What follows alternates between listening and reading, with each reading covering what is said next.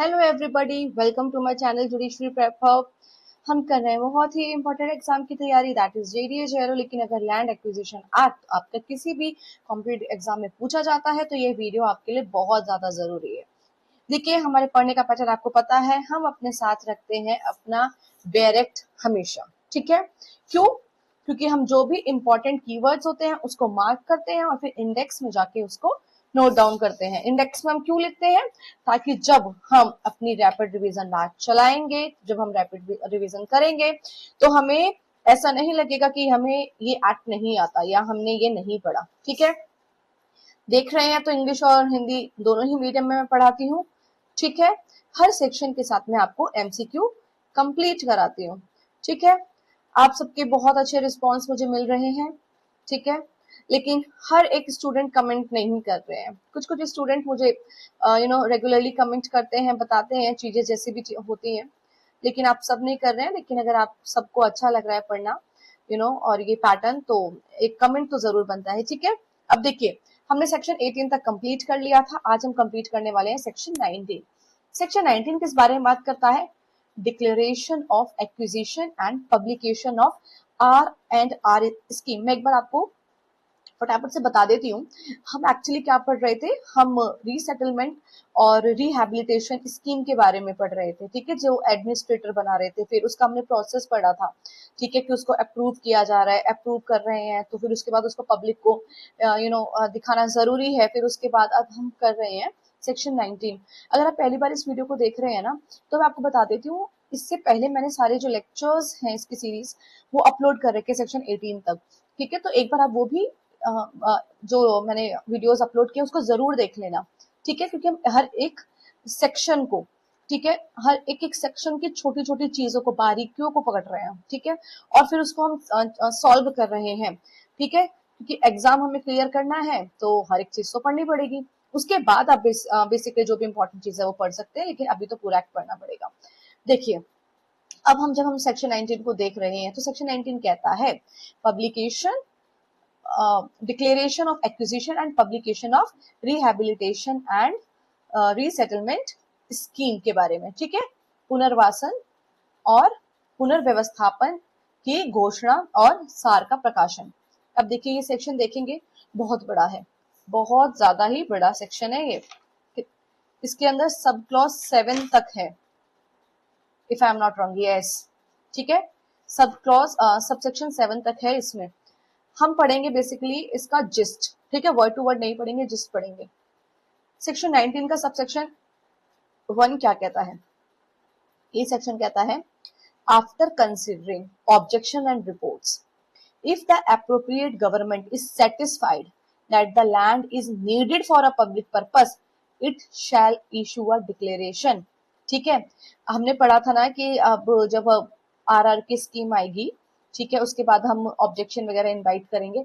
अब जो भी ऑब्जेक्शन वगैरह आए हैं, क्योंकि अभी हमने सेक्शन 18 में पढ़ा था ना कि पब्लिक का जो व्यू है उसको देखेंगे। अब क्या है, अब जो भी रिपोर्ट्स पर जो भी ऑब्जेक्शंस वगैरह आए हैं, ठीक है, वो कंसीडर करेंगे। जो भी रिपोर्ट्स है उसको कंसीडर करेंगे।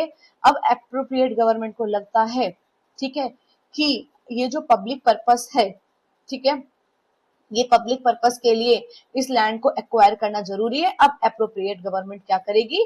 लैंड को एक्वायर कर लेगी और it shall issue a declaration. तो आप सब सेक्शन 1 के आगे क्या लिख रहे हैं? सब सेक्शन 1 हमारा किससे रिलेटेड है?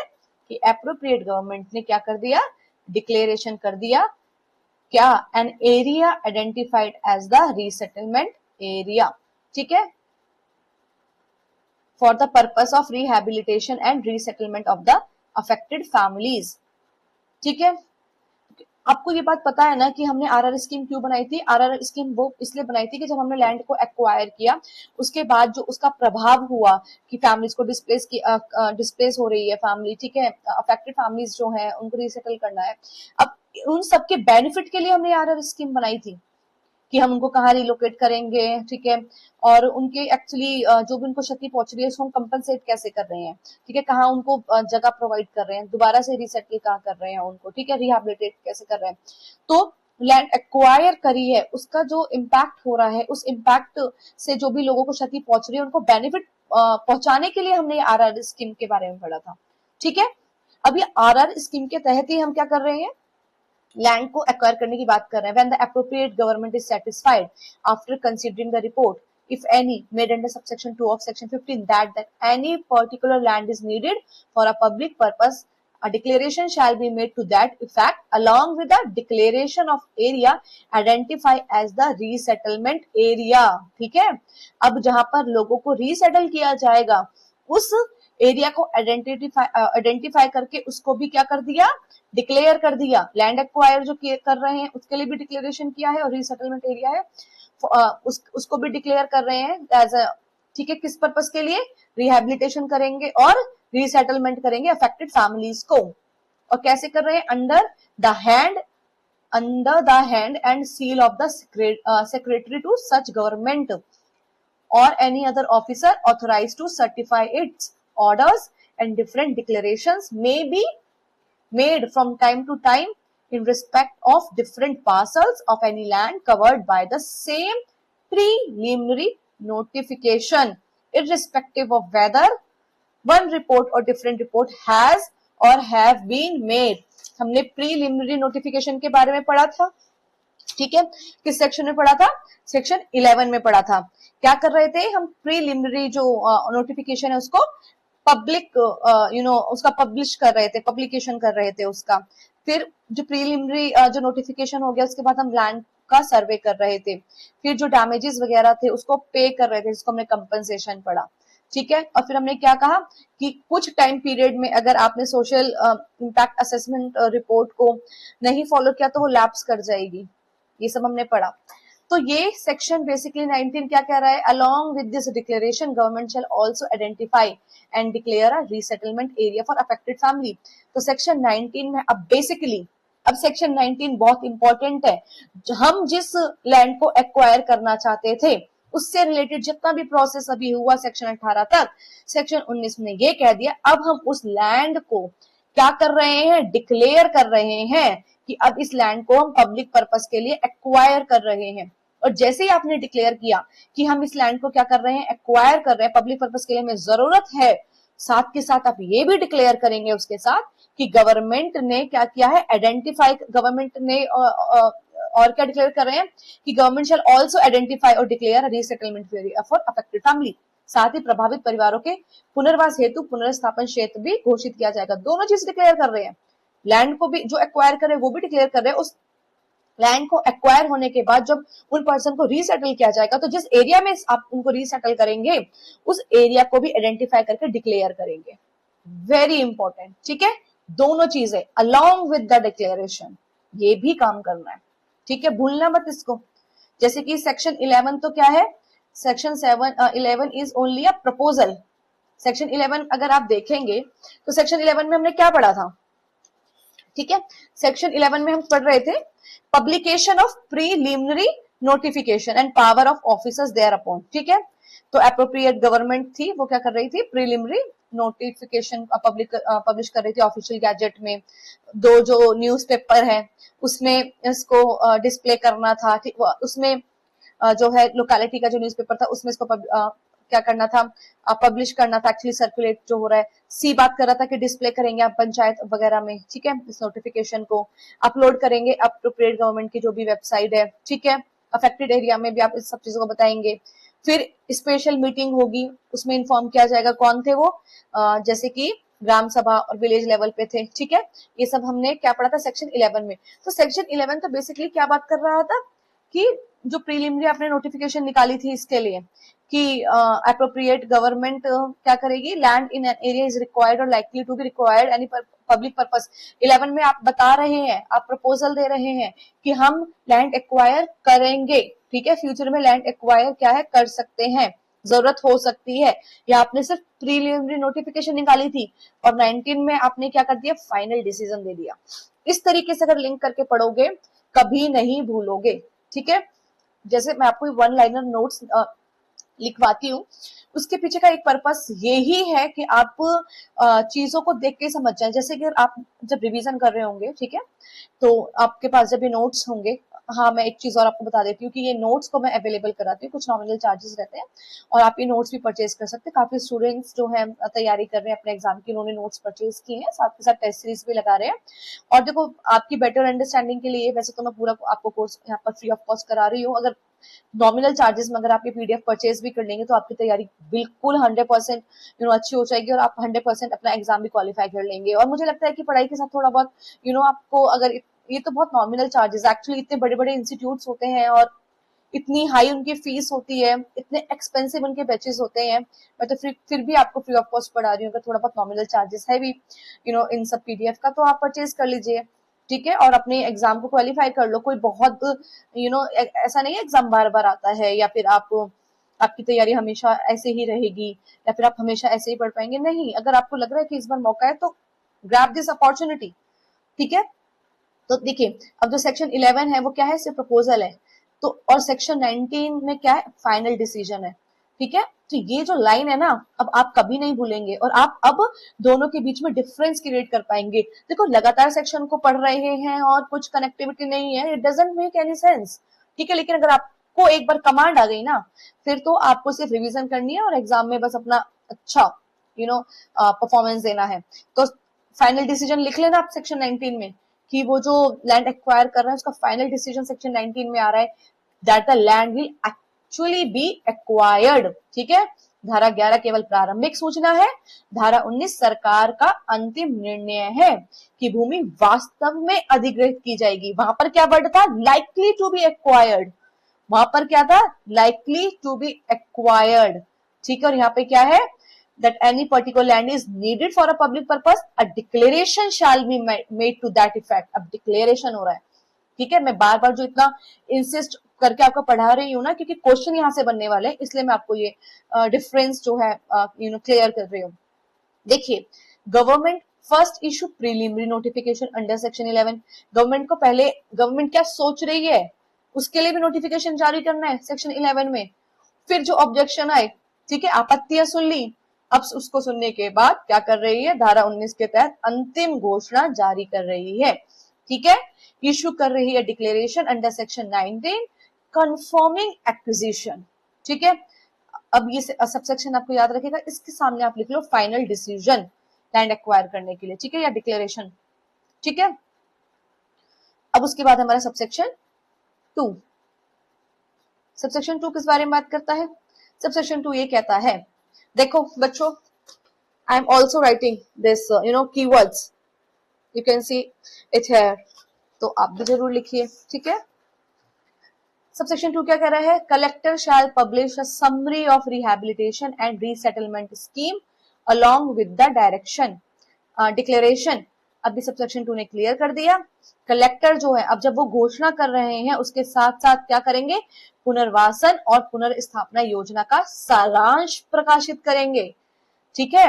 जब कलेक्टर ने क्या किया है, collector shall publish a summary of rehabilitation and resettlement scheme, ठीक है। अब जो आपने ये जो स्कीम तैयार की थी ना कि आपको यहाँ पर स्थापित किया जाएगा, ये बेनिफिट मिलेंगे, जो भी चीज अब आपने ये जो तैयार किया ना स्कीम को, बेसिकली आरआर स्कीम, इसकी समरी, ठीक है, इसकी समरी को भी आप क्या करेंगे, पब्लिश करेंगे अलोंग विद द डिक्लेरेशन, ठीक है। तो आपको क्या कीवर्ड लिखना है सबसेक्शन 2 के आगे, पब्लिश करनी है, ठीक है। क्या आप लिख सकते हैं, publish summary, summary of what, summary of R and R scheme, ठीक है, are and R scheme.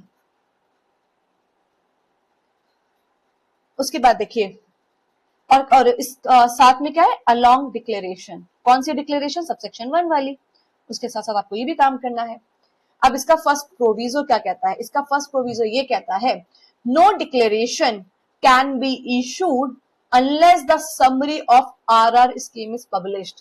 Proviso ने क्लियर कर दिया, जब तक आप आरआर योजना का सारांश प्रकाशित नहीं करेंगे ना, जब तक आप ये घोषणा जारी नहीं कर सकते हैं, ठीक है। तो मतलब आपको पहले क्या करना है, आरआर जो स्कीम है उसको पब्लिश करो, फिर अब आप अपना जो लैंड एक्वायर कर रहे हैं उसकी डिक्लेरेशन करो। ये प्रोविजो बहुत इंपॉर्टेंट है, ठीक है। तो आप प्रोविजो में आप इसका क्या कीवर्ड लिख सकते हैं कि it no declaration under this shall be made, the summary of declaration is published along with such declaration. ठीक है, तो आप इसमें आप जो इसका कीवर्ड है लिख लीजिए। फर्स्टली आपको क्या करना है, स्कीम को पब्लिश करना है, उसके बाद डिक्लेरेशन। ठीक है, तो पहले आप क्या कर रहे हैं, आर स्कीम देन डिक्लेरेशन, सिर्फ इतना लिखेंगे समझ आ जाएगा आपको। ठीक है, उसके बाद देखिए सेकंड प्रोविजो क्या कहता है। सेकंड प्रोविजो में लिखा है no declaration can be issued unless the requiring body deposit the prescribed acquisition cost। ठीक है, जब तक आवश्यक निकाय निर्धारित राशि जमा नहीं करता घोषणा जारी नहीं की जा सकती। देख रहे हो, आपको डिक्लेरेशन करने ही नहीं दे रहे हैं। फर्स्ट प्रोविजो में क्या बोल दिया कि पहले आप आर स्कीम को पब्लिश कर दो, तब आप अपना जो है लैंड एक्विजिशन है उसको डिक्लेयर करना। दूसरा क्या कह रहा है, जब तक आप डिक्लेरेशन नहीं करोगे, जब तक कि कोई भी रिक्वायरिंग बॉडी है, हमने रिक्वायरिंग बॉडी में पढ़ा था, डेफिनेशन क्लॉज में पढ़ा था, रिक्वायरिंग बॉडी कौन सी बॉडी थी, जो बेनिफिट ले रही थी।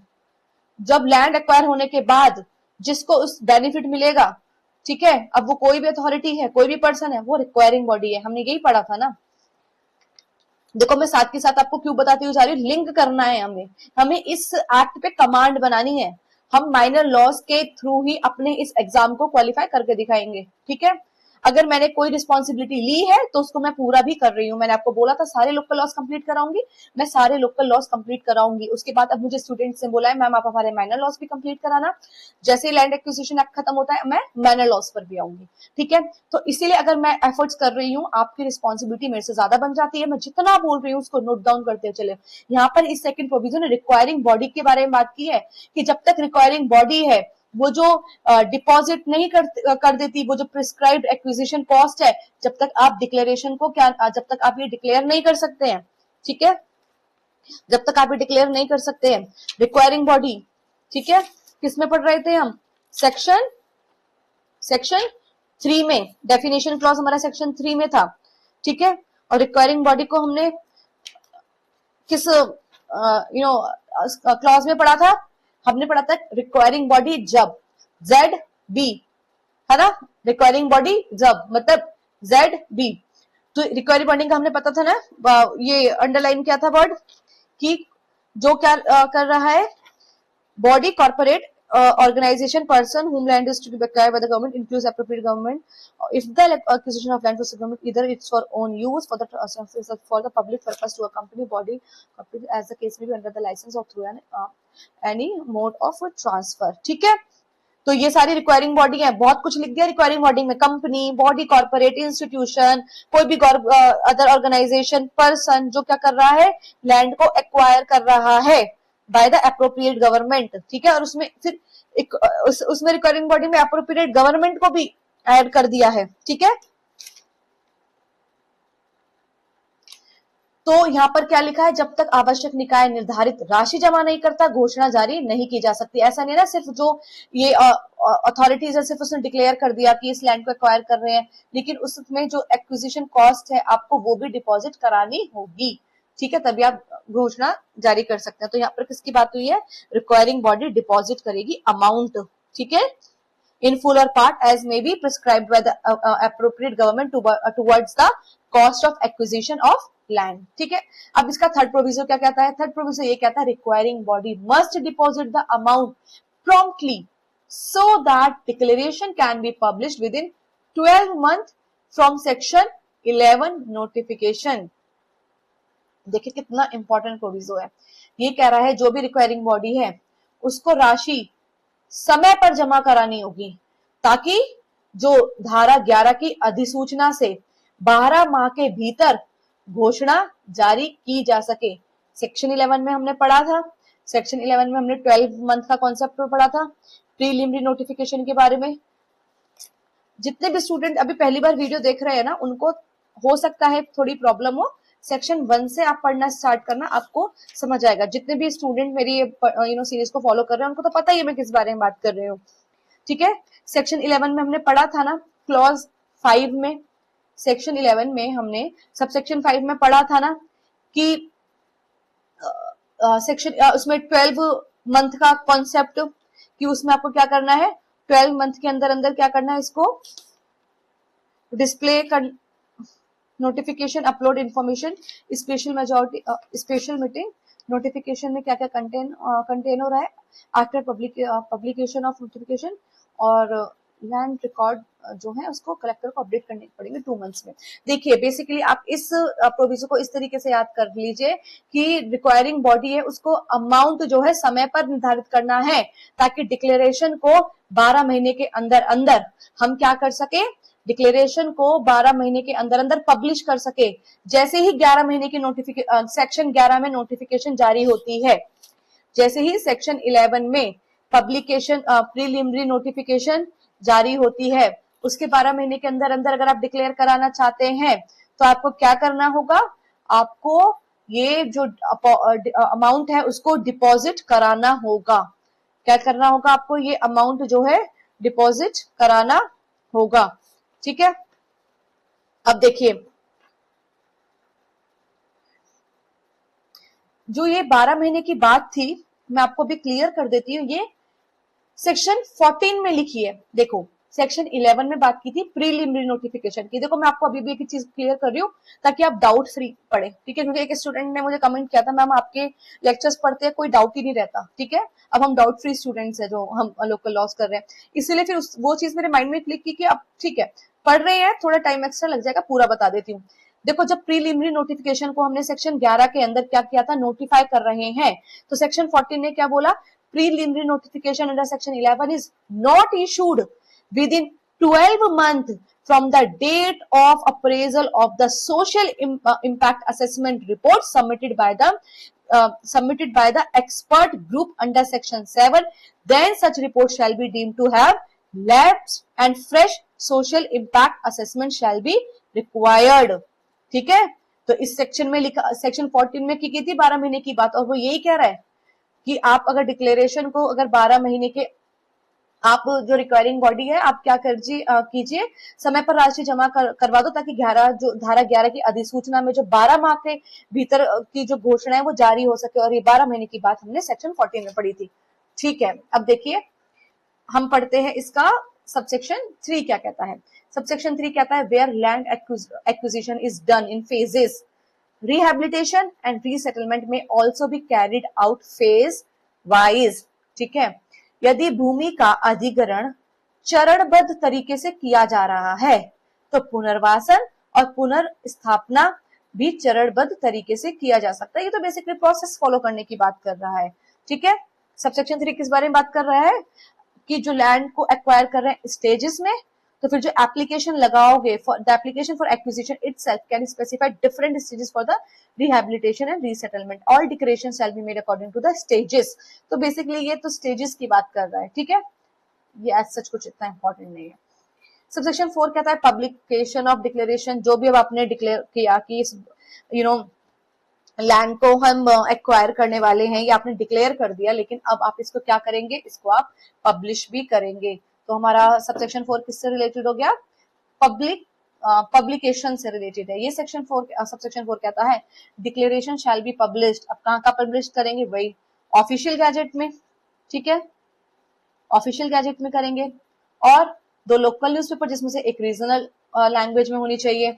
ठीक है, और सेम बात ही हम कहाँ पर पढ़ के आए थे, सेक्शन 11 में। सेक्शन 11 में जब प्रीलिमिनरी नोटिफिकेशन को हम पब्लिश कर रहे थे तब भी तो हम ये चीज पढ़ रहे थे ना कि हम इसको पब्लिश करेंगे वही ऑफिशियल गैजेट में, और 2 न्यूज़पेपर होने चाहिए जिसमें से एक जो है रीजनल लैंग्वेज में होना चाहिए। ठीक है, फिर उसके बाद वही कि जो पंचायत म्यूनिसिपैलिटी और म्यूनिसिपल कॉर्पोरेशन है, ठीक है, वहां पर आप डिस्प्ले करेंगे। ठीक है, फिर लेकिन देखिए इसमें एक पॉइंट मिसिंग है, वो है अपलोड ऑन द वेबसाइट। वहां पर भी लिखा था, यहाँ पर भी है कि वेबसाइट है एप्रोप्रिएट गवर्नमेंट की, आप वहां पर भी इसको अपलोड करेंगे। ठीक है, और क्या लिखा है, अफेक्टेड एरिया है वहां पर भी। अब देखिए, और फिर ये जो बात लिखी है कि every declaration refer to in subsection 1 shall indicate district और अदर तहसीलदार डिवीजन, ये इसको हम पढ़ेंगे आगे सबसेक्शन 5 में। तो ये सिंपल सी बात है, पब्लिक आपने डिक्लेरेशन को पब्लिश करना है। सेक्शन 19 का सबसेक्शन 5 कहता है डिक्लेरेशन शैल कंटेन। अभी जो डिक्लेरेशन है उसमें कंटेन क्या करेंगे, तो जो सबसेक्शन 4 था उसमें आपने पब्लिश किया डिक्लेरेशन, ये कीवर्ड लिख लो, और फिर सबसेक्शन 5 के सामने लिख लो डिक्लेरेशन में आप कंटेन क्या कर रहे हैं, तो मतलब कंटेंट्स क्या है, कंटेंट्स क्या है, ठीक है। तो क्या कंटेंट्स हैं उसके, देखिए डिस्ट्रिक्ट डिक्लेरेशन में आप क्या कंटेंट जो ऐड कर रहे हैं कि वो किस डिस्ट्रिक्ट और किस टेरिटोरियल एरिया में है वो लैंड जो आप एक्वायर कर रहे थे, ये भी डिक्लेयर करेंगे। पर्पस क्या है एक्विजिशन का, ठीक है, वो भी आप बताएंगे। जो अप्रोक्सीमेट एरिया है, अनुमानित क्षेत्रफल है, कितना आप एक्वायर कर सकते हैं वो बताएंगे। और प्लेस बताएंगे जहां पर जो ये लैंड का प्लान है उसको इंस्पेक्ट किया जा सके, वेरी इंपॉर्टेंट पॉइंट, ठीक है, वेरी इंपॉर्टेंट पॉइंट, यहाँ से एमसीक्यू बन सकता है, ठीक है, कि ये जो प्लान है उसको इंस्पेक्ट किया जा सके। और एक और बात, विदाउट एनी कॉस्ट, ये भी याद रखना, ठीक है। उसके बाद सबसेक्शन 6 कहता है the declaration is conclusive proof that the land is required for public purpose, ठीक है। अगर एक बार डिक्लेयर हो गया तो वो क्या है, कॉन्क्लूसिव प्रूफ है, ठीक है। क्या है, कॉन्क्लूसिव एविडेंस है किस चीज का, कि लैंड जो एक्वायर की गई है वो पब्लिक पर्पस के लिए की गई है, तो इसके सामने लिख लीजिए कॉन्क्लूसिव प्रूफ। लेकिन क्या है कॉन्क्लूसिव प्रूफ, ये डिक्लेरेशन, और किस चीज का डिक्लेरेशन है, कि ये पब्लिक पर्पस के लिए ही लैंड को एक्वायर किया जा रहा है, ठीक है। तो देखिए आफ्टर सेक्शन 19 डिक्लेरेशन, ठीक है, the public purpose issue is treated as settled, ठीक है। After section 19 declaration the public purpose issue is treated as settled, धारा 19 की घोषणा के बाद सार्वजनिक प्रयोजन का प्रश्न लगभग अंतिम माना जाता है। अब जब डिक्लेयर कर दिया, अब पब्लिक पर्पस, वो लैंड जो एक्वायर कर रहे हैं वो पब्लिक पर्पस, अब उस मुद्दे पे क्या बात करनी, जब हमने लैंड जो एक्वायर कर तो डिक्लेयर कर दिया, तो अब मानेंगे अभी पब्लिक पर्पस का जो इश्यू है वो सेटल हो गया है, ठीक है, इसलिए वो हम बोल रहे हैं कि कॉन्क्लूसिव प्रूफ है। फिर है अब इसका लास्ट सबसेक्शन, सबसेक्शन 7। सबसेक्शन 7 किस बारे में बात करता है, देखिए सबसेक्शन 7 कहता है if no declaration is issued within 12 months, क्योंकि हमने अभी पढ़ा आपको 12 महीने के अंदर डिक्लेयर कराना है। अगर आपने डिक्लेरेशन 12 महीने के अंदर नहीं किया from preliminary notification under section 11, ठीक है, जैसे प्रीलिमिनरी नोटिफिकेशन जो हो जाती है सेक्शन 11 में, उसके बाद में आप 12 महीने के अंदर डिक्लेयर कराएंगे। अगर आपने डिक्लेरेशन नहीं कराया 12 महीने के अंदर, then the preliminary notification automatically lapse. अब सबसेक्शन 19 का ये जो सेक्शन 19 का सबसेक्शन 7 क्या कह रहा है, जो कि अभी ये जो प्रीलिमिनरी नोटिफिकेशन है वो क्या हो जाएगी, ऑटोमेटिकली लैप्स कर जाएगी। No declaration is made under section within 12 months from the date of preliminary notification, such notification shall be deemed to have been rescinded, ठीक है। तो यहाँ पर आप लिख लो अब प्रीलिमिनरी नोटिफिकेशन ऑटोमेटिकली लैप्स हो जाएगी, ठीक है, प्रीलिमिनरी नोटिफिकेशन क्या है, ऑटोमेटिकली लैप्स हो रही है। हमने एक और चीज पढ़ी थी ना, एसआईए रिपोर्ट भी ऑटोमेटिकली लैप्स हो रही थी सेक्शन 14 में। तो प्रीलिमिनरी नोटिफिकेशन क्या है, ऑटोमेटिकली लैप्स हो जाएगी अगर आपने 12 महीने के अंदर इसको डिक्लेयर नहीं किया। जैसे प्रीलिमिनरी नोटिफिकेशन आपने दी कि हम ये एक्वायर करना चाहते हैं, ठीक है, तो डिक्लेरेशन आपको 12 महीने में करना है। प्रोविजो देखिए, the period during which acquisition proceeding remain stayed by a court order shall not be counted. इसका प्रोविजो कह रहा है कि न्यायालय द्वारा लगाए गए स्थगन की अवधि 12 महीने की गणना में शामिल नहीं होगी। देखो जब आप 12 महीने को काउंट करेंगे तो आप कौन सा एक्सक्लूड कर देना, जिस जब आप जब वो स्टे लगा हुआ था, जब तक स्टे लग रहा था उस लैंड पर, आपको उस टाइम पीरियड को एक्सक्लूड कर देना है, वो काउंट नहीं होगा 12 महीने में, ठीक है। एग्जाम्पल, नोटिफिकेशन इशू हुई 1 जनवरी 2025 को, अब कोर्ट ने लगा दिया स्टे 3 महीने का, ठीक है। अब गवर्नमेंट को कितने महीने मिलेंगे, एक तो वो 12 महीने मिलेंगे जो मिलने चाहिए थी, और जो 3 महीने का स्टे था इशू करने का डिक्लेरेशन, वो भी तो उसमें काउंट होगा ना, क्योंकि उस ऊपर वाले 3 महीने में तो उन्होंने एक्चुअली नहीं किया डिक्लेरेशन। तो ये तीनों चीजें, ये दोनों फिर क्या हो जाएगी, काउंट। जैसे अधिसूचना 1 जनवरी 2025 को जारी हुई, न्यायालय द्वारा 3 महीने का स्थगन लगा दिया गया, सरकार को घोषणा जारी करने के लिए 12 महीने प्लस जो 3 महीने है इनका समय मिलेगा। MCQ, which section contain the final declaration of acquisition, अधिग्रहण की अंतिम घोषणा किस धारा में की जाती है, धारा 19 में। Before issuing declaration but must also be published, घोषणा जारी करने से पहले क्या प्रकाशित होना आवश्यक है? समरी ऑफ आरआर स्कीम, ठीक है, रिहैबिलिटेशन एंड रीसेटलमेंट योजना का सारांश, ठीक है, घोषणा जारी करने से पहले प्रकाशित होना आवश्यक है। If declaration is not issued within 12 month from section 11 notification, what happens? अगर धारा 11 की अधिसूचना से 12 महीने के अंदर भी घोषणा जारी नहीं है तो क्या होगा? जो प्रारंभिक सूचना है वो समाप्त हो जाएगी, प्रीलिमिनरी जो नोटिफिकेशन है वो लैप्स हो जाएगी। अब एग्जाम ट्रिक देख लेते हैं। 17 में क्या बात कर रहे हैं हम? कलेक्टर ने पहले रिव्यू करी आरआर स्कीम को, 18 में जो आरआर स्कीम थी उसको अप्रूव कर दिया गया और पब्लिक उसको पब्लिक के सामने ला दिया गया, और फिर 19 में उसको फाइनली डिक्लेयर कर दिया गया। और फाइनली यहाँ पे डिक्लेरेशन किसका हो रहा है? एक्विजिशन ऑफ लैंड का। फिर साथ के साथ हमने पढ़ा था, और आप साथ में क्या डिक्लेयर कर रहे हैं कि जहां पर आप आरआर जो भी अफेक्टेड फैमिलीज उनको रिहैबिलिटेट रीसेटल कराएंगे। तो ठीक है, यहाँ पे फाइनल एक्विजिशन डिक्लेयर हो रहा है सेक्शन 19 में। सेक्शन 20 किस बारे में बात करता है? सेक्शन 20 कहता है land to be marked out, measured and planned. देखो जितने भी स्टूडेंट है ना, भी उनको लग रहा होगा कि समझ नहीं आ रहा है, बहुत डिफिकल्ट है। जैसे हम इस एक्ट के लास्ट तक पहुंचते जाएंगे ना, जैसे हम इस एक्ट को कवर करने के लास्ट टाइम पर होंगे, आपको सब कुछ समझ आने लगेगा। अभी तो हम स्टार्टिंग में हैं, ठीक है, अभी तो शुरुआत की है, फिर भी इतना समझ आ रहा है। देखो, भूमि का सीमांकन, मापन एवं नक्शा तैयार करना। सेक्शन 20 क्या कहता है? सेक्शन 20 सिंपल सी बात कहता है, आफ्टर द डिक्लेरेशन, जैसे ही आपने लैंड एक्वायर करने का डिक्लेरेशन कर दिया सेक्शन 19 के तहत, अब कलेक्टर इंश्योर करेगा land is properly marked and measured, ठीक है।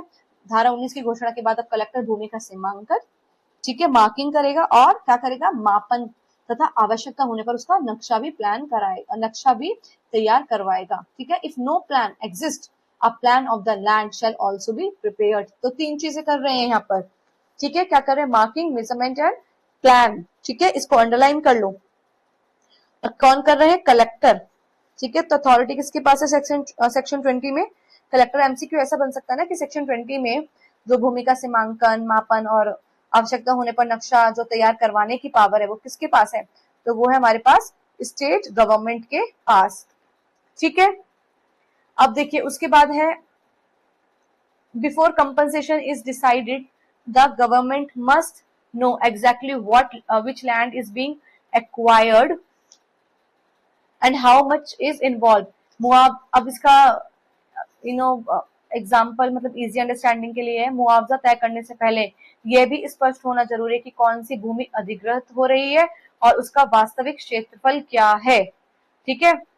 तो ये बेसिकली इसमें सेक्शन 20 इस बारे में बात कर रहा है।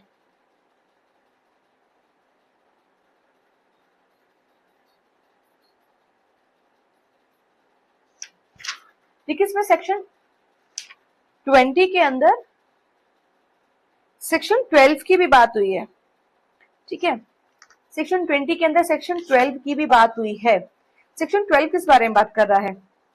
Preliminary survey of land and power of officer to carry out survey. आप देख रहे होंगे इसमें लिखा है the collector shall thereupon cause the land, ठीक है, unless it has been already marked out under section 12। तो क्योंकि जब हम सेक्शन 12 कर रहे हैं उसमें हमने क्या देखा कि जो एप्रोप्रिएट गवर्नमेंट है वो क्या कर रही है? इनेबल कर रही है ऑफिसर्स को कि आप जाइए सर्वे कीजिए, ठीक है, एसरटेन कीजिए कि जो लैंड है, ठीक है, उसको आप बाउंड्रीज और जो है इंटेंडेड लाइन ये सब आप मार्क कर सकते हैं। तो वो सेक्शन 12 से कनेक्ट करके यहाँ बता रहे हैं कि कलेक्टर क्या करेंगे? शैल देयर अपॉन। अब जब ये डिक्लेरेशन हो गया, आप कलेक्टर क्या करेंगे? जो लैंड है उसको मार्क आउट और मेजर करेंगे, unless it has been already mark. अगर सेक्शन 12 के तहत ये सारे काम नहीं हुए, क्योंकि सेक्शन 12 में हमने देखा था जो ये इनेबलिंग जो गवर्नमेंट थी वो इनेबल कर रही थी कुछ ऑफिसर्स को कि जाओ और वहां पर क्या करके आओ, एंटर करो और सर्वे करो, ठीक है। इस सेक्शन 12 में अगर ये काम नहीं हुआ है तो फिर 20 में कलेक्टर ये काम करवा सकते हैं, याद रखना, ठीक है। इसलिए यहाँ पर ये एग्जाम्पल दिया गया है।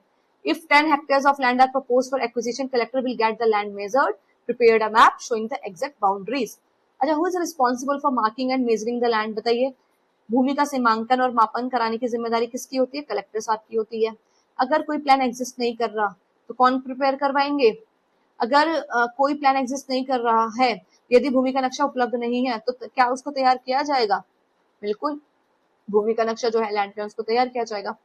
Section 21 notice to person interested, हित धारकों को सूचना।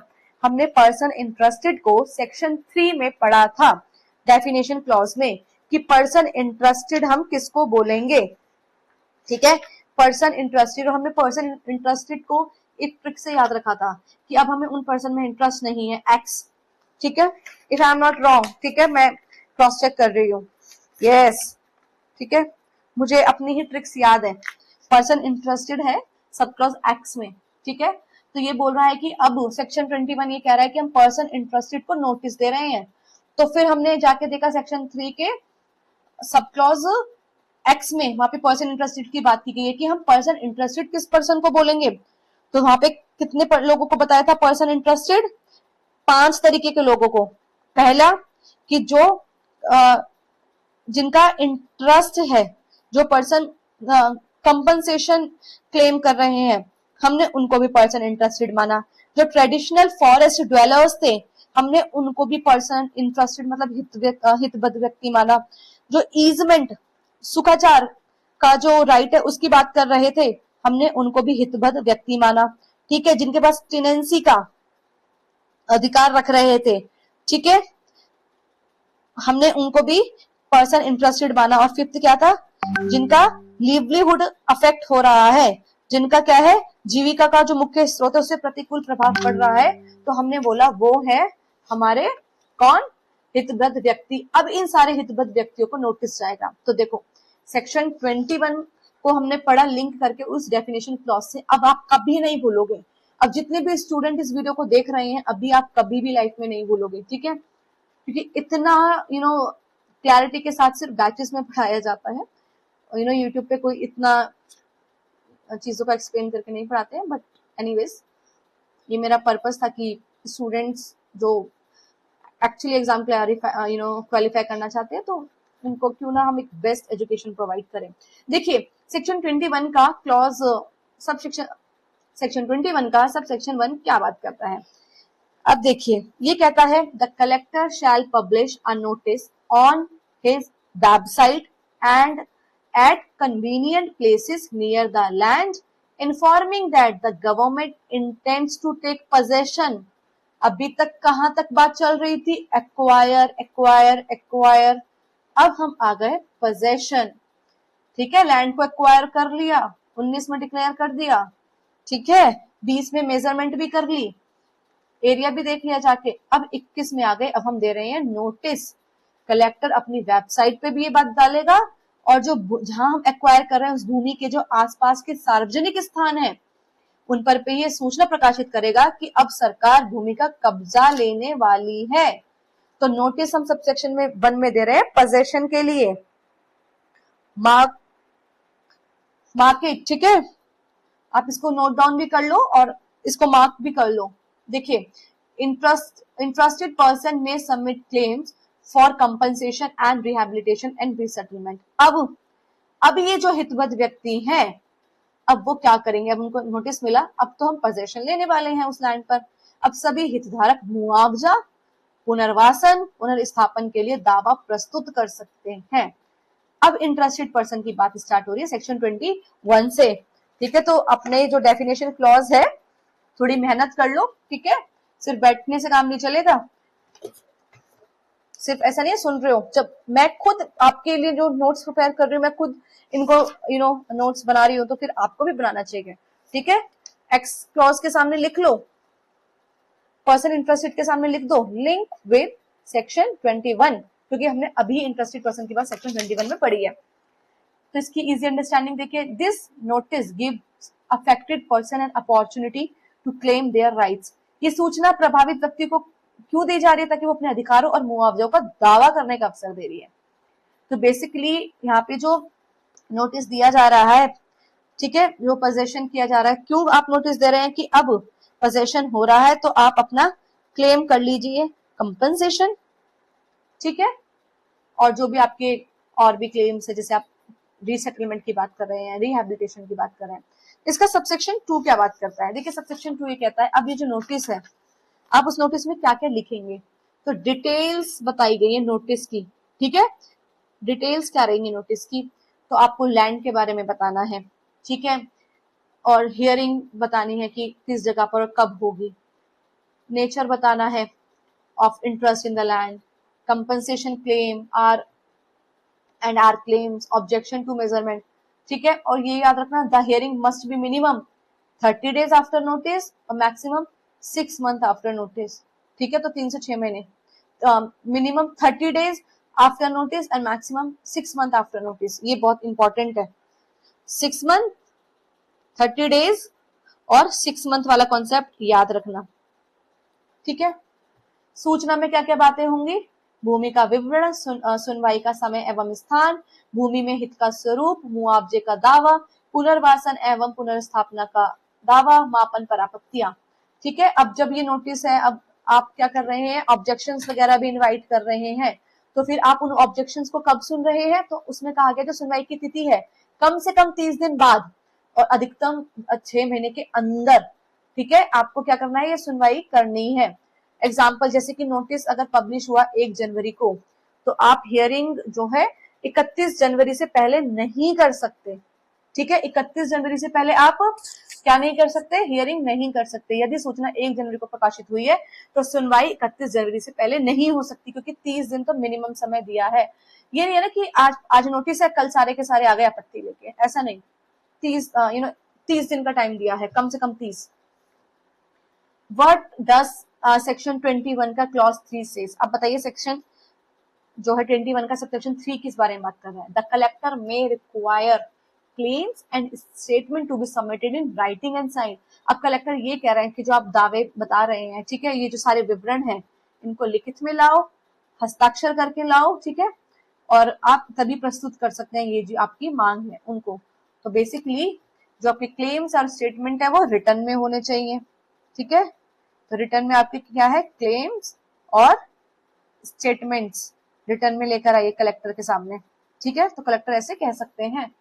सबसेक्शन 4 किस बारे में बात करता है, collector shall personally serve notice occupier of the land, known interested person और authorised representative of interested person. देखो सबसेक्शन 1 में तो एक जनरल रूल था कि आप नोटिस भेज रहे हैं, ठीक है। तो हमने देखा था कलेक्टर नोटिस या तो वेबसाइट पे डाल रहा था या फिर वो जो एरिया के आसपास की जो कन्वीनियंट प्लेसेस थे वहां पर नोटिस सर्व हो रहा था। लेकिन इसको लिंक विद कर दो सबसेक्शन 4 से, ठीक है, लिंक विद कर दो सबसेक्शन 4 से, क्योंकि सबसेक्शन 4 ने ये कहा कलेक्टर अगर चाहे तो वो व्यक्तिगत रूप से भी सूचना देगा, किसको, जिस उस समय जो भूमि पर कब्जाधारी है, ठीक है, उसको, और अगर कोई इंटरेस्टेड पर्सन है तो उसको, या फिर कोई ऑथराइज रिप्रेजेंटेटिव है, ठीक है, और इंटरेस्टेड पर्सन का उसको, ठीक है। तो आप सबसेक्शन 4 के सामने क्या लिख सकते हैं कि पर्सनली नोटिस सर्व किया जा रहा है, ठीक है। और कौन कर रहे हैं, कलेक्टर। कलेक्टर बहुत बड़ी अथॉरिटी है यहाँ पर। सबसेक्शन 5 किस बारे में बात करता है, if an interested person lives outside the district and has no agent. अब जो इंटरेस्टेड पर्सन है वो क्या कर रहा है, वो तो उस डिस्ट्रिक्ट में रह ही नहीं रहा है और ना ही उसका कोई एजेंट है। एक्चुअली क्या कि उसकी जो भूमि है अब उसको एक्वायर कर लिया, वो डिक्लेरेशन हो गया कि उस लैंड को एक्वायर किया जा रहा है, और क्या कहते हैं अब उस पर पोजेशन की भी बात आ रही है। अब नोटिस दिया जा रहा है कि अब पोजेशन लेने वाले हैं। अब वो जो पर्सन है जिसकी भूमि है, अब वो तो उस जिले से बाहर रहता है, उसका कोई एजेंट भी नहीं है, अब उस तक नोटिस कैसे पहुंचाएं, तो उसको अब नोटिस पहुंचाएंगे पोस्ट से, डाक द्वारा भेजा जाएगी ये सूचना, पब्लिश किया जाएगा 2 नेशनल न्यूज़पेपर में, ठीक है, याद रखोगे। अब ये डेली न्यूज़पेपर बात नहीं, नेशनल न्यूज़पेपर, बहुत ही ज्यादा इंपॉर्टेंट है ये, ठीक है। अब आप क्या कर रहे हैं, नेशनल न्यूज़पेपर, जो नेशनल डेली न्यूज़पेपर है उसमें क्या कर रहे हैं, एटलीस्ट 2 जो है 2 नेशनल न्यूज़पेपर, उसमें आपने ये नोटिस को पब्लिश कराया है, या फिर आप पोस्ट से भेज रहे हैं बाय पोस्ट, और पब्लिश कर दिया आपने वेबसाइट पर। 3 चीजें बात की गई हैं। तो आप सबसेक्शन 5 के सामने लिख लीजिए, जो पर्सन इंटरेस्टेड है वो रिजाइड कर रहा है एल्सवेयर, ठीक है, अगर पर्सन रिजाइड कर रहा है एल्सवेयर, क्योंकि बेयर एक्ट में यही वर्ड लिखा है, ठीक है। हिंदी मीडियम वाले स्टूडेंट आप ये लिखो, यदि इस प्रकार हितबद्ध व्यक्ति कोई व्यक्ति कहीं अन्यत्र निवास कर रहा है, तो अगर आप अन्यत्र निवास लिख लेंगे तो आपको याद रहेगा कि जहां पर लैंड जो एक्वायर की जा रही है वो वहां पर रह ही नहीं रहे, वो अन्यत्र कहीं निवास कर रहे हैं। तो बताइए सेक्शन 21 में मिनिमम पीरियड कितना है between notice and hearing. Notice serve हुआ, अब हियरिंग, उन दोनों के बीच में कितने टाइम का समय, जो कितने समय की बात की गई है, 30 दिन की। सुनवाई और सूचना और सुनवाई के बीच में न्यूनतम अवधि 30 दिन की होगी। मैक्सिमम पीरियड कितना है नोटिस और हियरिंग का, मैक्सिमम। सूचना और सुनवाई के बीच अधिकतम अवधि कितनी होगी, तो 6 महीने।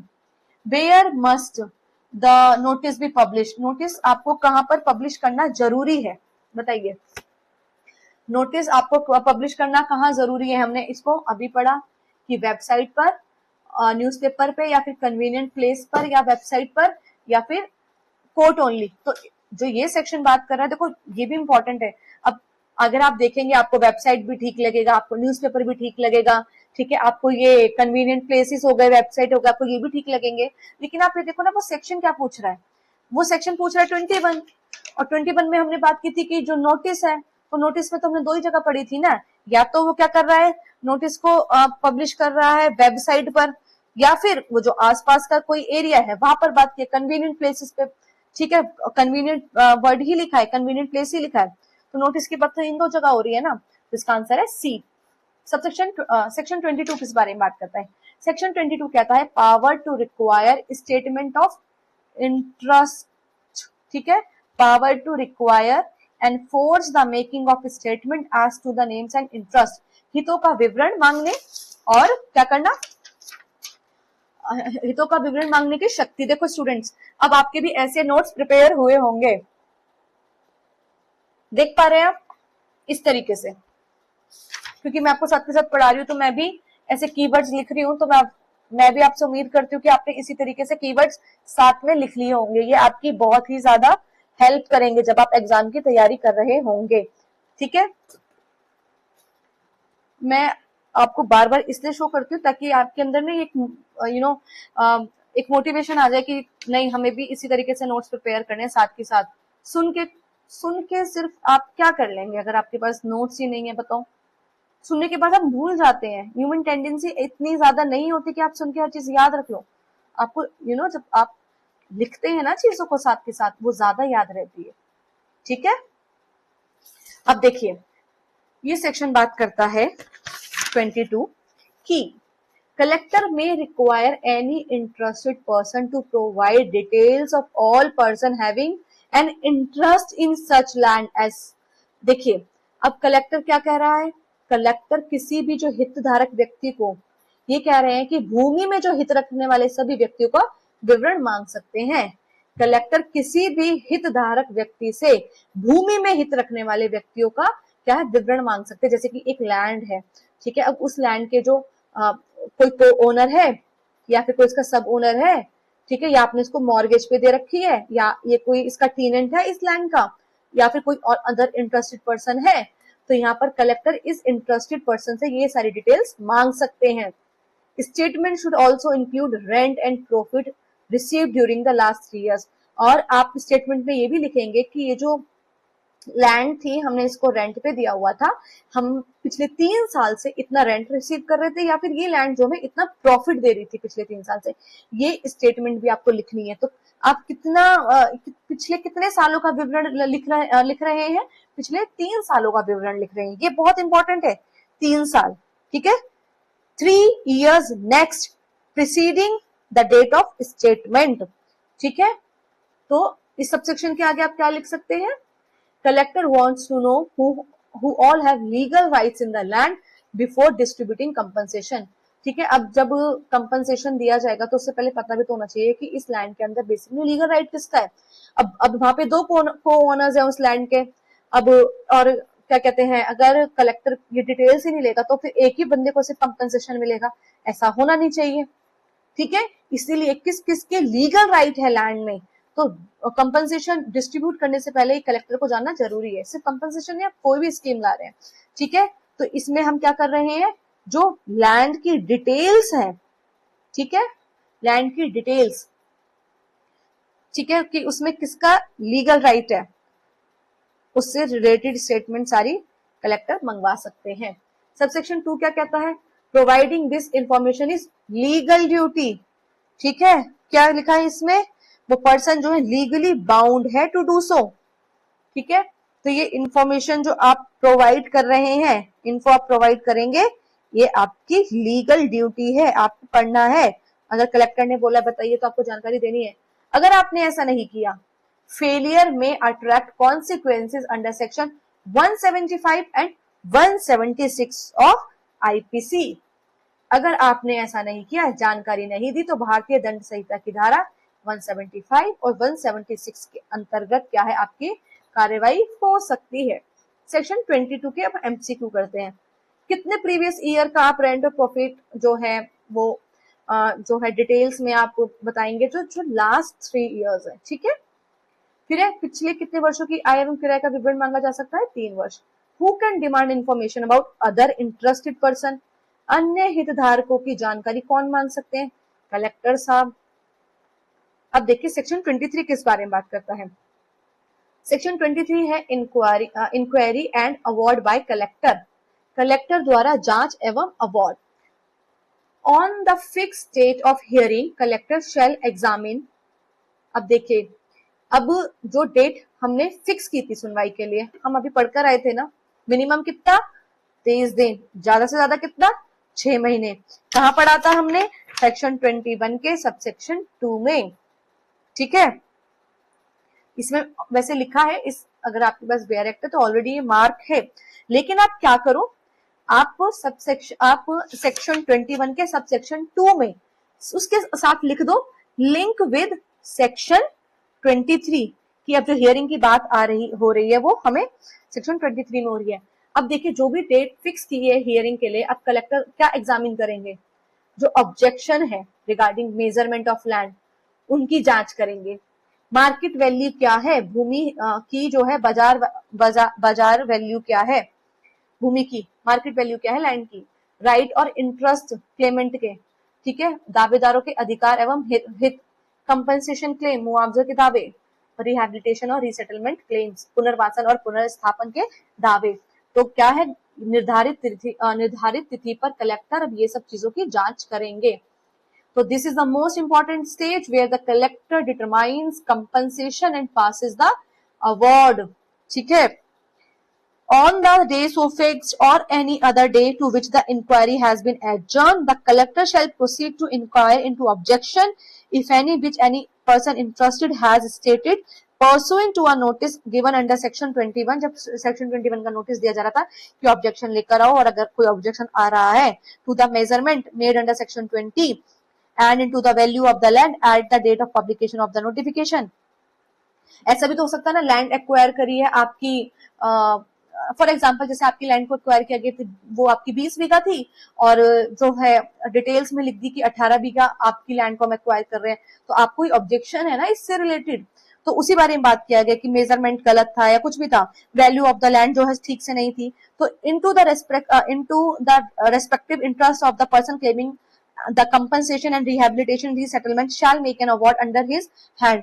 अब देखिए बेसिकली जो क्लेमिंग जो ऑब्जेक्शंस वगैरह आ रहे हैं वो क्यों आ रहे हैं, क्योंकि अब आप कंपनसेशन लेंगे, ठीक है, आपको रिहैबिलिटेशन के लिए चीजें चाहिए, आपको रीसेटलमेंट कराना है, तो इन सब चीजों, ये सब चीजें आपको बेनिफिट्स मिलेंगे, इसीलिए तो आप ऑब्जेक्शन को आप रेज कर रहे हैं ना। तो इसीलिए बहुत इंपॉर्टेंट स्टेज होती है जहाँ पे कलेक्टर डिटरमाइन करता है कि क्या कंपनसेशन आपको कितना मिलेगा, और फिर अब पास कर देगा अवार्ड। देखो ये वर्ड लिखा है, collector shell make an award under his hand of the true area of land. अब यहाँ पर जो अवार्ड पास कर रहे हैं कलेक्टर, वो किस चीज से रिलेटेड है, द ट्रू, इसको हम सब इसमें क्लॉज ए में लिखा है। देखो एक इंपॉर्टेंट स्टेज है जहाँ पे कलेक्टर ने डिटरमाइन किया कंपनसेशन, अब वो पास कर रहे हैं अवार्ड। तो इस अवार्ड में वो क्या पारित कर रहे हैं, true area of land, collector shall determine the actual area of land acquired. Collector अधिकृत भूमि का वास्तविक क्षेत्रफल निर्धारित करेंगे, क्योंकि ऑब्जेक्शन रेज हो रहे हैं ना कि इतना मेजरमेंट आपने किया है, इतना होना चाहिए जो भी है। अब यहाँ पर फाइनल डिसीजन कौन दे रहे हैं, वो दे रहे हैं कलेक्टर। फिर compensation and rehabilitation and resettlement award, ठीक है। कलेक्टर अब क्या निर्धारित करें, collector shall determine compensation under section 27, ठीक है। अब धारा 27 के अनुसार क्या है, कंपनसेशन को डिसाइड किया जाएगा। धारा 27 के तहत क्या होगा, कंपनसेशन को डिसाइड किया जाएगा। धारा 27 किस बारे में बात करती है,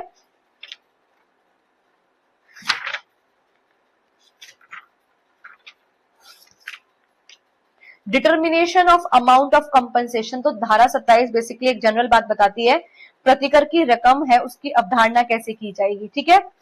तो यहाँ पर क्या कहा गया, अब जब कंपनसेशन को डिसाइड कर रहे हैं तो सेक्शन 27 के तहत यहाँ पर कंपनसेशन डिसाइड किया जाएगा और रिहेबिलिटेशन और रीसेटलमेंट का अवार्ड भी अंडर सेक्शन वो कैसे डिटरमाइन होगा, जो रिहेबिलिटेशन रीसेटलमेंट का अवार्ड होता है सेक्शन 31 के तहत, ठीक है। तो ये दोनों बात लिखी गई है क्लॉज बी में। क्लॉज सी क्या बात करता है, apportionment of compensation. Collector shall distribute compensation among all eligible persons according to their legal interest. अब कलेक्टर क्या है, सभी व्यक्ति हैं उनमें कानूनी हित के अनुसार मुआवजे का बंटवारा करेंगे, जिसकी जितनी लैंड एक्वायर हो रही है उसको उतना मुआवजा मिल जाएगा। तो कैसे आपको मिल रहा है जो यहाँ पे कंपनसेशन मिल रहा है वो अपोर्शनमेंट ऑफ कंपनसेशन है, ठीक है। जैसे कि अगर दो ब्रदर हैं, उनकी जो लैंड थी वो जॉइंटली ओन कर रहे थे, कंपनसेशन अब डिवाइड हो जाएगा अकॉर्डिंग टू देयर ओनरशिप, कितना उनका ओनरशिप शेयर है उसके अकॉर्डिंग, ठीक है। तो क्लॉज ए ने बताया कि अवार्ड के अंदर आप क्या लिख रहे हैं, देखो ये जो कलेक्टर है ना, उन्होंने अवार्ड दिया सारे ऑब्जेक्शन वगैरह के बाद, तो क्या एरिया बताया कंपनसेशन सेक्शन 27 के तहत, रिहेबिलिटेशन रीसेटलमेंट सेक्शन 31 के तहत, और फिर जिसका जितना शेयर होगा उसको उतना कंपनसेशन मिल जाएगा, ठीक है। Apportionment of compensation. तो इसके एमसीक्यू कर लेते हैं। Who passes the award under section 23, कौन अवार्ड पास कर रहा है, कलेक्टर कर रहे हैं।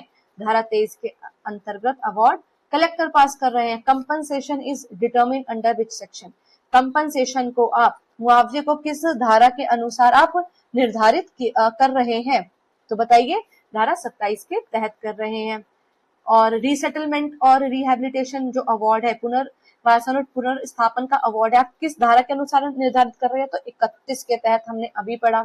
अब एक एग्जाम ट्रिक है, बताइए जो मेजरमेंट ऑफ लैंड है वो सेक्शन 20 है, सेक्शन 20 पर हमने किस चीज से रिलेटेड है कि जो है कलेक्टर क्या करेंगे, अब लैंड को मेजर करवाएंगे। अगर सेक्शन 12 के तहत मेजरमेंट अगर नहीं हो पाई है तो फिर अगर 12 के तहत मेजरमेंट नहीं हुई है, सेक्शन 20 में अब कलेक्टर क्या करवा रहे हैं, कलेक्टर मेजरमेंट करवा रहे हैं। क्यों, क्योंकि अब सेक्शन 19 में डिक्लेयर हो गया ना कि हम लैंड एक्वायर कर रहे हैं, तो अब सेक्शन 20 में कलेक्टर अब उसकी मार्किंग मेजरमेंट वगैरह करवा रहे हैं। और अब 21 में क्या कर रहे हैं, नोटिस भेज रहे हैं कि हम पोजेशन लेने वाले हैं, तो इसलिए अब पोजेशन लेने वाले हैं तो अब जो भी इंटरेस्टेड पर्सन है उसको हम 21 में नोटिस भेज रहे हैं। कौन भेज रहे हैं यहाँ पर, तो नोटिस कलेक्टर ही भेज रहे हैं। और कैसे भेज रहे हैं, या तो वेबसाइट में डाल रहे हैं उसको या फिर कन्वीनियंट प्लेस पर। फिर हमने सेक्शन 22 में क्या पढ़ा कि जो भी डिटेल्स हैं ओनर्स की, जो भी इंटरेस्टेड पर्सन है उसमें कलेक्टर वो सारी डिटेल्स मंगवा लेंगे। अब जो भी ऑब्जेक्शन वगैरह रेज होने थे उनको सुना जाएगा, इंक्वायरी होगी, अब अवार्ड पास हो जाएगा। अवार्ड में क्या क्या था, एरिया कितना है लैंड का, कंपनसेशन कैसे दिया जाएगा उनको, रिहेबिलिटेट रीसेटलमेंट कैसे किया जाएगा, अपोर्शनमेंट कैसे होगा कंपनसेशन का, ये सेक्शन 23 में बात की है। फिर हमारा सेक्शन 24 लैंड एक्विजिशन एक्ट 1894 की बात की गई है यहाँ पे, ठीक है।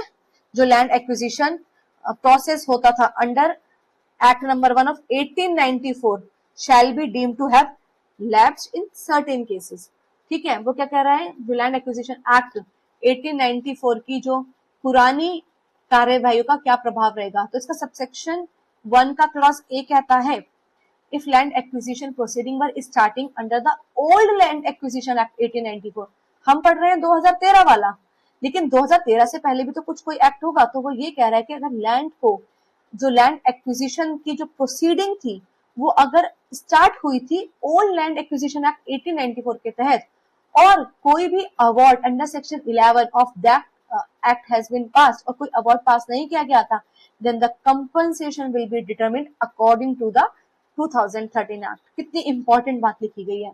यदि भूमि अधिग्रहण की कार्यवाही पुराने लैंड एक्विजिशन एक्ट 1894 के तहत शुरू हुई थी और धारा 11 के अंतर्गत अभी तक कोई अवार्ड पारित नहीं हुआ है कि कितना एरिया था उस लैंड का और कंपनसेशन जो है कैसे था, रिहेबिलिटेशन कैसे था, अपॉर्चनमेंट कैसे था, वो अभी तक नहीं हुआ, तो मुआवजा अब कैसे होगा? मुआवजा 2013 के नए एक्ट के अनुसार दिया जाएगा। ठीक है, अब देखो स्टूडेंट्स, आप इसको अंडरलाइन करना। ठीक है, जैसे जैसे मैं आपको बता रही हूँ, इसमें हमने पहले क्या पढ़ा, आप क्या कर रहे हैं, क्लॉज ए में डिटरमाइन कर रहे हैं कंपनसेशन, वैसे ही उसी के अकॉर्डिंग। ठीक है, देखो आपको इसी अकॉर्डिंग मार्क करना है। ठीक है, जैसे कि no award is equal to new act compensation rule. ये कितना कितना फैसिनेटिंग है ना ये, इस तरीके से वन वर्ड वन लाइनर। मुझे अपने ही नोट्स खुद पसंद आते हैं। No award is equal to new act compensation rule, कभी भूलोगे ही नहीं अगर इससे रिलेटेड क्वेश्चन आ गया।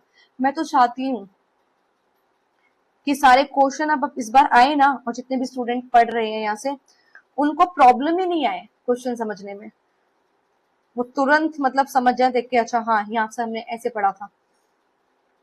ठीक है, तो आपने मार्क कर लिया। एग्जाम्पल, अगर एक्विजिशन स्टार्ट हुआ था 2012 में, लेकिन अवार्ड पास अभी तक नहीं हुआ, 2014 हो गया, क्योंकि देखो एक्ट हमारा 2013 में बनाए ये तो। ठीक है, और 2013 से पहले अगर लैंड एक्वायर हुई है, अब चाहे 2012 में हुई है, 2011 में हुई है, और अभी तक क्या है, अवार्ड पारित नहीं हुआ है, तो अब कैसे अवार्ड कंपनसेशन जो है कैसे कैलकुलेट करेंगे? तो अब हम करेंगे उसको 2013 के एक्ट के तहत। फिर सेक्शन 24 का सबसेक्शन 1 का क्लॉज बी, ये क्या कहता है? If award under section 11 of 1894 has already been passed, ऊपर क्या बात की हमने? नो अवार्ड, यहाँ पर क्या है? अवार्ड पास हो गया है। Then acquisition proceeding will continue under the old act as if it had not been repealed। ठीक है, तो फिर क्या होगा? पुराने जो कार्यवाही है वो पुराने एक्ट के अनुसार ही जारी रहेगी। ठीक है, और यदि 1894 एक्ट की धारा 11 के तहत अवार्ड पहले ही पारित हो चुका है तो कार्यवाही पुराने एक्ट के अनुसार ही होगी। तो फिर अब यहाँ पे क्या लिखो? अवार्ड अगर पुराने एक्ट के तहत हुआ है, ऑलरेडी पास हो गया है, तो फिर क्या होगा? ओल्ड एक्ट कंटिन्यू करेगा। ठीक है, ओल्ड एक्ट क्या है? कंटिन्यू करेगा।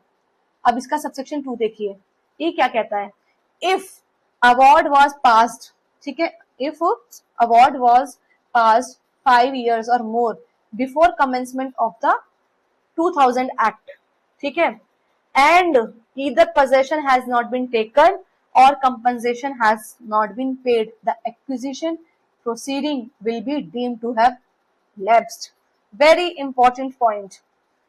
देखिए ये कह रहा है सेक्शन, अगर अवार्ड 2013 का एक्ट, मतलब इस एक्ट के लागू होने से 5 वर्ष पहले या उससे पहले पारित हुआ था। अवार्ड कौन सा? 5 साल पहले। ठीक है, अवार्ड 5 years, ठीक है, बिफोर दिस एक्ट, मतलब बिफोर 2013। और क्या कह रहा है? भूमि का कब्जा नहीं लिया या फिर मुआवजा भी नहीं दिया गया, सिर्फ क्या किया? नोटिस कर दिया, सारा काम मतलब एक्वायर कर रहे हैं, पोजेशन ले रहे हैं, सब बोल दिया, लेकिन क्या है? भूमि का अभी तक पोजेशन नहीं लिया है, ना ही मुआवजा दिया है, सिर्फ ये इतनी बात करके छोड़ दी कि लैंड एक्वायर कर रहे हैं, डिक्लेयर कर दिया सब। तो एक्विजिशन जो प्रोसीडिंग है ना, will be deemed to have lapsed. तो जो अधिग्रहण कार्यवाही है ना, वो खुद ही क्या हो जाएगी? समाप्त मानी जाएगी। Government must start acquisition fresh under the 2013 act if it still wants the land. ठीक है, अगर सरकार चाहे तो फिर नई कार्यवाही 2013 के एक्ट के अनुसार शुरू करेगी, अगर उनको उस लैंड की जरूरत है तो। आया समझ में? देखो, अगर आपको समझ आ रहा है इतनी क्लैरिटी के साथ, तो आपको एक अच्छा सा कमेंट जरूर करना होगा। ठीक है, चैनल को सब्सक्राइब आप जरूर कर लेना। ठीक है, देखिए, तो अवार्ड 5 साल पहले, कोई पोजीशन नहीं लिया, कोई कंपनसेशन नहीं लिया, प्रोसीडिंग लैप्स। तो ठीक है भाई, हमने लिख लिया प्रोसीडिंग लैप्स। मुझे ऐसा लगता है ना कि आप मेरे सामने ही बैठे हो, आप सारे स्टूडेंट। प्रोविजो टू सेक्शन 24 का सबसेक्शन 2। अब इसका प्रोविजो देखो बहुत इंपॉर्टेंट है, ये क्या कहता है? ये प्रोविजो कहता है if compensation has not been deposited to the majority of land holdings then all the beneficiaries will receive compensation under the 2013 वाला एक्ट। ठीक है, यदि अधिकांश भूमि धारकों के लिए मुआवजा जमा नहीं किया, ये प्रोविजो इस बारे में बात कर रहा है कि हमने पढ़ा था ना कि अगर 5 साल पहले कोई अवार्ड आया था और अगर कंपनसेशन नहीं दिया है या पोजेशन नहीं लिया है तो फिर प्रोसीडिंग लैप्स हो जाएगी। लेकिन प्रोविजो ये कह रहा है जो कंपनसेशन है ना वो डिपॉजिट नहीं किया गया मेजॉरिटी ऑफ लैंड होल्डिंग का, थोड़ा बहुत ही कर दिया उस, तो फिर अब जितनी भी बेनिफिशियरीज हैं अब उनको 2013 के एक्ट के अकॉर्डिंग कंपनसेशन मिलेगा। ठीक है, समझ आया? अब देखिए एमसीक्यू सॉल्व करते हैं। If no award was passed under section 1894 compensation will be determine under section under act, कौन सा वाला? 1894 का एक्ट। आई एम वेरी सॉरी, 2013 का एक्ट। आई डोंट नो कि मैंने 1894 क्यों बोला। अभी जस्ट क्लियर, अभी पढ़ा है हमने कि 94 के तहत अगर कोई अवार्ड पारित नहीं होता है तब तो मुआवजा फिर 2013 के एक्ट के थ्रू ही मिलेगा ना हमें। After how many years can old acquisition proceeding lapse? बताइए, धारा 24 के जो सबसेक्शन 2 के अनुसार कितने वर्ष बाद पुरानी जो अधिग्रहण कार्यवाही वो समाप्त हो जाती है? 5 साल वाली। ठीक है, अब आ जाइए सेक्शन 25 पर। अवार्ड पारित करने की क्या समय सीमा है? ठीक है,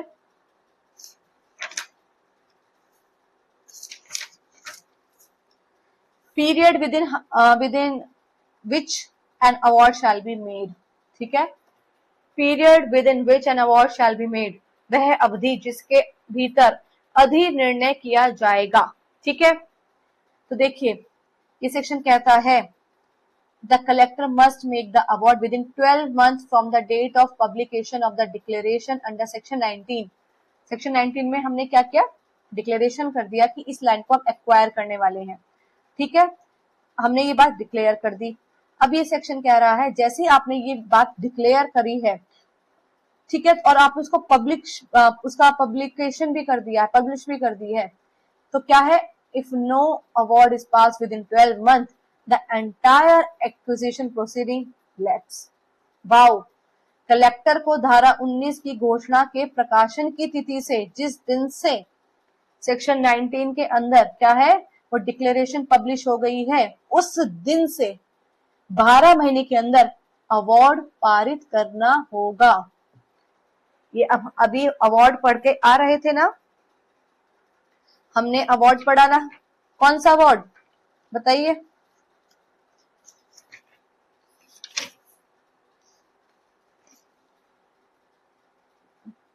सेक्शन 26 में अभी हम पढ़ रहे थे नो अवार्ड, तो 2013 वाला एक्ट लगेगा। और ठीक है, तो वो अब यही बात कर रहा है आगे कंटिन्यू कि the collector shall make an award within a period of 12 months from the date of publication of the declaration under section 19 and sorry जो सेक्शन 19 में अब डिक्लेरेशन हो गया है, अब उसमें जब हम अब उसके बाद जो अवार्ड पारित कर रहे हैं कलेक्टर वो 12 महीने के अंदर अंदर कर दो। अगर आपने 12 महीने के अंदर ये अवार्ड पारित नहीं किया, देखिए जो हमने अभी सेक्शन 19 पढ़ा था कि डिक्लेरेशन कर रहे हैं तो फिर वो डिक्लेरेशन होने से तो थोड़ी ना काम हो जाएगा। फिर हमने पढ़ा था ना कि फिर हमने क्या किया, कलेक्टर को भेजा कि आप मेजरमेंट वगैरह कर लो।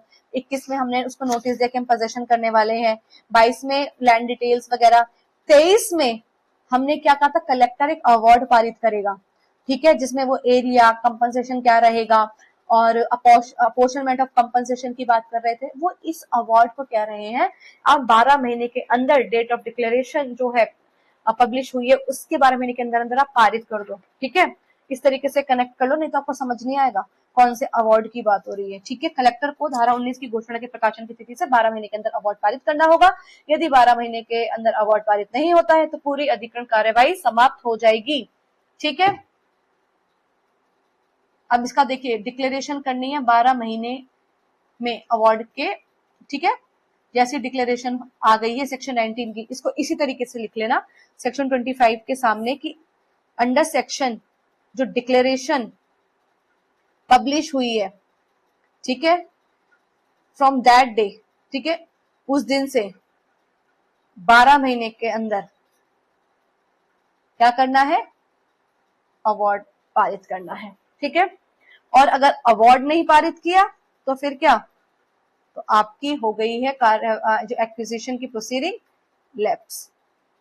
ठीक है, ये बात लिखी है, entire proceeding of the acquisition of the land shall lapse. देखो मैं इसीलिए बोल रही हूँ कि आप ना एक बार ये नोट्स को ना साथ में नोट्स मंगा भी लेना, मतलब परचेज भी कर लेना, ताकि आपको समझ आ जाए। What does it say? अब इसका प्रोविजन क्या कह रहा है, द गवर्नमेंट में extend the 12 month period if justified circumstances exist. ऐसा हो ही नहीं सकता कि अगर आप कोई टाइम पीरियड दे रहे हो और एक्सटेंशन ना करा रहे हो, ऐसा हो ही नहीं सकता है। ठीक है, तो आपने इसमें क्या लिखा है कि आपको 12 महीने के अंदर अंदर अवार्ड पारित करना है, नहीं कर रहे हैं तो फिर क्या है, 12 month का एक्सटेंशन। ठीक है, 12 month का एक्सटेंशन आपको करना ही है। और ये एप्रोप्रिएट, ये किसके पास पावर है, ये है एप्रोप्रिएट गवर्नमेंट के पास पावर इस चीज की। ठीक है, एप्रोप्रिएट गवर्नमेंट चाहे तो एक्सटेंड कर सकती है। अब देखिए सेकंड प्रोविजन का क्या कह रहा है, सेकंड प्रोविजन कह रहा है एक्सटेंशन मस्ट बी। अब जो एक्सटेंशन कर रहे हो वो राइटिंग में होनी चाहिए, आप राइटिंग में रिकॉर्ड करो, उसको नोटिफाई करो। सिर्फ एक्सटेंशन ले लिया है उससे काम नहीं चलेगा, रिकॉर्ड करो, ठीक है, नोटिफाई भी करो, फिर उसके बाद ऑफिशियल वेबसाइट पे अपलोड कर दो कि हमने एक्सेस से एक्सटेंशन करा है। फिर हमारा इसका MCQ, how many with in how many month must the collector pass the award. बताओ कितने महीने के अंदर अवार्ड पारित करना होगा, 12 महीने के अंदर। अगर 12 महीने के अंदर आपने अवार्ड पारित नहीं किया तो क्या हो जाएगा, एक्विजिशन लैप्स हो जाएगा, अधिग्रहण समाप्त हो जाएगा। आ जाइए सेक्शन 26 पे। सेक्शन 26 किस बारे में बात करता है, देखो अब है सेक्शन 26 बहुत ही बड़ा। ठीक है, डरना नहीं है, बहुत अच्छे से समझेंगे इसको, क्या पता यहीं से क्वेश्चन बन जाए। ठीक है, सेक्शन 26 बोलते हैं कलेक्टर द्वारा मार्केट वैल्यू का निर्धारण, determination of market value of land by collector. ठीक है, लैंड का कलेक्टर द्वारा मार्केट वैल्यू का निर्धारण। सबसेक्शन 1 क्या कहता है, the collector shall determine market value on the basis of whichever is highest among stamp act value, average sale price of similar nearby land, consented compensation amount in triple B, ये कौन से project है, public और private project, और private companies project. तो ये subsection ने simple सी बात बताई, कलेक्टर जब भूमि का बाजार मूल्य है इन निम्न बातों में जो सबसे अधिक होगा उसी के आधार पर निर्धारित करेंगे। तो जब कलेक्टर भूमि का बाजार मूल्य निर्धारित करेंगे तो इन तीनों में से स्टैम्प एक्ट के अनुसार कितना बैठ रहा है वो ये देखेंगे। हमने स्टैम्प एक्ट पढ़ा था तो उसमें हमने मार्केट वैल्यू निकालनी सीखी थी, तो वो स्टैम्प एक्ट के अनुसार मार्केट वैल्यू निकाल रहे हैं। फिर या फिर वो आसपास की समान भूमि है उसका औसत विक्रय मूल्य देख रहे हैं कैसा है, फिर उसकी मार्केट वैल्यू निकाल रहे हैं। या फिर ट्रिपल पी या जो प्राइवेट कंपनी परियोजना में जो सहमति से तय हुआ है मुआवजा, उन सबको देख रहे हैं। अब वो देख रहे हैं इनमें सबसे ज्यादा क्या है, जो सबसे ज्यादा होगा, हाईएस्ट होगा, उसी के बेसिस पे क्या है, अब मार्केट वैल्यू है जो लैंड की उसको डिसाइड करेंगे कलेक्टर साहब। ठीक है, तो ये बात की है हमने सबसेक्शन 1 में। तो देखिए जैसे highest of three value, highest of three value is equal to market value, तीनों में जो सबसे अधिक होगा उसको मार्केट वैल्यू है। ठीक है, इसका देखिए क्लॉज ए क्या कह रहा है, value fixed under the Indian stamp act for registration. तो अब सब क्लॉज ए किससे रिलेटेड है, क्लॉज ए रिलेटेड है हमारा, देखो इसके अंदर जो स्टैम्प वैल्यू की बात की गई है ना, वो लिखा है इंडियन स्टैम्प एक्ट 1899। ठीक है, इंडियन स्टैम्प एक्ट 1899 पंजीकरण के लिए भारतीय स्टैम्प अधिनियम के अनुसार निर्धारित वैल्यू। बी बात कर रहा है एवरेज सेल प्राइस। ठीक है, average sale price of similar land in near by village और लोकेलिटी। देखो जो मैंने आपको स्टार्टिंग में सारा बता दिया ना, वो एक्चुअली अब ये सारा स्टार्ट हो रहा है कि ए में ये लिखा है, बी में ये लिखा है और सी में कंसेंटेड कंपनसेशन की बात की गई है। ठीक है, ये क्या कहता है, applicable in private companies and triple P acquisition, private company तथा ट्रिपल पी परियोजनाओं में सहमति से तय हुआ मुआवजा। तो देखिए अब इसमें कुछ इंपॉर्टेंट है, इंपॉर्टेंट डेट बताई गई है इसके प्रोविजो में। ये बोलता है proviso, market value shall be determined as on the date of section 11 notification. तो जाइए सेक्शन 11 में, ठीक है, सेक्शन 11 में जाइए और लिख दीजिए क्या, लिंक विद सेक्शन 26 का क्लॉज 1 का प्रोविजो, सेक्शन 26 का क्लॉज 1 का प्रोविजो। देखो थोड़ी मेहनत अभी कर लो, मैं सच बता रही हूँ, आने वाले टाइम में आपको इतना रिलैक्स फील होगा जब आपका एग्जाम नियर आया होगा, आपको लगेगा बस रिवीजन करना है। जैसे कि मैं आपको बताती हूँ, वेट फॉर अ व्हाइल। देखिए मैंने क्या किया, सेक्शन 11, ठीक है, उसके सामने कैसे लिखा, लिंक विद सेक्शन 26, अगर आप देख पा रहे हैं तो सेक्शन 26 का क्लॉज 1 का प्रोविजो। अब मैं जब ये नोट्स जब आप ये लोग नोट्स रिवाइज करोगे ना, तब आप तुरंत जाओगे 26 के क्लॉज 1 के प्रोविजो में, आप देखोगे अच्छा जो मार्केट वैल्यू अब डिटरमाइन हो रही है वो इस डेट की जो है सेक्शन 11 में जो नोटिफिकेशन हुई है उसकी डेट के अकॉर्डिंग हो रही है, ठीक है। तो आपको ये याद रखना है। और सेक्शन 11 किससे रिलेटेड था, प्रीलिमिनरी नोटिफिकेशन से रिलेटेड। जिस दिन से उस दिन आपने नोटिफाई किया है उस दिन उसकी क्या वैल्यू थी लैंड की, ठीक है। क्योंकि देखो जिस दिन से बताया प्रीलिमिनरी नोटिफिकेशन में पब्लिश किया कि हम आपकी लैंड को, मतलब ये वाली लैंड हम इसको एक्वायर करने का सोच रहे हैं, इसके लिए जो भी नोटिफाई किया, उस दिन से लैंड की वैल्यू देखेंगे, क्योंकि उसके बाद का जो प्रोसेस होगा तो उसमें टाइम लग जाता है। और सोचो अगर ज्यादा गैप हो गया तो फिर तो उसके रेट बढ़ते जाएंगे ना, तो इसीलिए उस दिन से जो है डिटरमाइन किया जाता है। इसका एक्सप्लेनेशन 1 क्या कहता है, एक्सप्लेनेशन 1 कहता है average sale price will be calculated from registered sale deed of the previous 3 year, ठीक है। जब आप औसत विक्रय मूल्य निकालेंगे तो जो पिछले 3 वर्षों के पंजीकृत विक्रय दस्तावेज है उनके ही आधार पर आप निकालना, ठीक है। अभी हमने पढ़ा था ना, इसके क्लॉज बी में एवरेज सेल प्राइस की बात की गई थी कि आप मार्केट वैल्यूज के अकॉर्डिंग निकाल सकते हैं, तो वो एक्सप्लेनेशन 1 इसको क्लैरिफाई कर रहा है। एवरेज सेल प्राइस जब आप कैलकुलेट करेंगे तो जो उसकी रजिस्टर्ड सेल डीड है उसके पिछले 3 साल से करना, ठीक है। जो भी लैंड होती है उसकी रजिस्टर्ड जो सेल डीड तो होगी ना, तो उसके पिछले 3 साल से, ठीक है, immediately preceding 3 years of the years in which such acquisition of land is proposed to be made, ठीक है। The average sale price referred to in clause A, B shall be determined taking into account the sale deed or the agreement to sale register for a similar type of area in the near village or the near vicinity area during immediately preceding 3 years of the year in which such acquisition of land is proposed to be made. इसका explanation 2 कहता है only the top 50% highest value sale deed will be considered, ठीक है। अब देखिए यहाँ पे कितनी बात की गई है, 1/2 of the total number of sale deed, 1/2 of the total number मतलब 50% हाईएस्ट वैल्यू, लेकिन आप 1/2 ही लिखिए, ठीक है। 1/2 ऑफ द टोटल नंबर आप लिख दीजिए इसके सामने कीवर्ड, ठीक है। और इसके सामने कीवर्ड लिख लीजिए, एक्सप्लेनेशन 1 के सामने कीवर्ड लिख दीजिए आप 3 इयर्स, ठीक है। तो यहाँ पर आपको जो हाईएस्ट वैल्यू निकाल रहे हैं एक्सप्लेनेशन 2 में, ठीक है, वो हाईएस्ट वैल्यू कौन सी है, half of the total number of sale deed की बात की, आप उसको कंसीडर करेंगे। हाईएस्ट हाफ रूल आपको ऐसे याद रखना है। एक्सप्लेनेशन 3 किस बारे में बात करता है, previous compensation paid under this act shall not B use for market value calculation, पहले दिए गए भूमि अधिग्रहण मुआवजे को बाजार मूल्य निर्धारण में नहीं जोड़ा जाएगा, ठीक है। ये भी आपको याद रखना है, एक्सप्लेनेशन 3 में लिखा है, ठीक है। ओल्ड कंपनसेशन जो पे की गई है उसको नहीं यूज करेंगे, ठीक है, ओल्ड कंपनसेशन, ठीक है, उस पे क्या है, not use for market value calculation.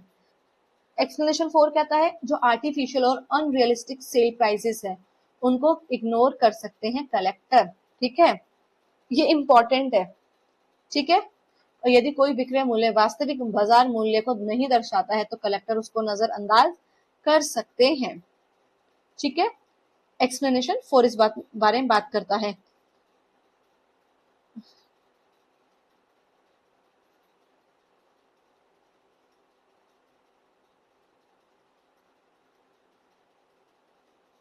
अब देखिए सबसेक्शन 2 किस बारे में बात करता है। The market value determined under section 26 का subsection 1 shall be multiplied by the factor specified in the first schedule. ठीक है, तो ये सेक्शन कह रहा है सबसेक्शन 2 धारा 26 के सबसेक्शन ए से प्राप्त बाजार मूल्य को फर्स्ट शेड्यूल में दिए गए गुणांक से गुणा किया जाएगा। ठीक है, तो आप ये मल्टीप्लाइड बाय फैक्टर वाला जो है फर्स्ट शेड्यूल में जो दिया गया इसको इस सबसेक्शन 2 के सामने लिख लो। ठीक है, फर्स्ट शेड्यूल वाली बात लिख दो कि फर्स्ट शेड्यूल के अकॉर्डिंग मल्टीप्लाई किया जाएगा। ठीक है, किसको मल्टीप्लाई कर रहे हैं आप? मार्केट वैल्यू को। तो मार्केट वैल्यू को भी आप मल्टीप्लाई कर रहे हैं शेड्यूल 1 के तहत। आ सकता है ना क्वेश्चन कि जब आप मल्टीप्लाई कर रहे हैं उसको तो किस शेड्यूल के तहत कर रहे हैं, मतलब किसके अकॉर्डिंग कर रहे हैं, तो शेड्यूल 1 के तहत। सबसेक्शन 3 कहता है when market value can not B determine. ऐसा भी सिचुएशन आ रही है कि जो मार्केट वैल्यू है, बाजार मूल्य उस लैंड का, उसका हम निर्धारण नहीं कर सकते, वो निर्धारित नहीं हो सकता। तो फिर क्या होगा इस केस में? Market value not be available when land transactions are legally restricted.